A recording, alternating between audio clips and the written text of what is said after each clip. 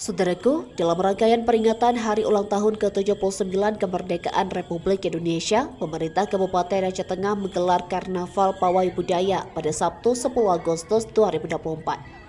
Karnaval tersebut berlangsung meriah dengan melibatkan ribuan peserta tingkat SD, SMP, dan SMA sederajat dalam wilayah Kabupaten Aceh Tengah. Acara berlangsung meriah yang disambut antusiasme masyarakat yang tumpah ruah memadati sepanjang rute pelaksanaan pawai.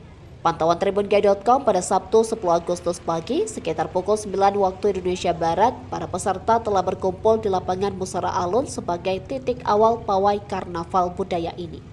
Setelah dari lapangan Musara Alun, para peserta pun memulai rute perjalanan dengan melalui halaman Sendakap Aceh Tengah menuju Jalan Yosudarso.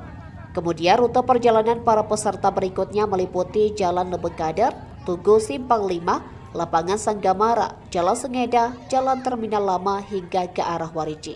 Setelah sampai di Wariji, para peserta akan kembali menuju Jalan Lebekadar dan berakhir di Jalan Yosudarso sebagai garis finish. Ribuan peserta tampil dengan pakaian kreasi masing-masing sekolah, diantaranya seperti pakaian adat berbagai daerah, pakaian nasional, hingga menirukan karakter tokoh maupun profesi idolanya.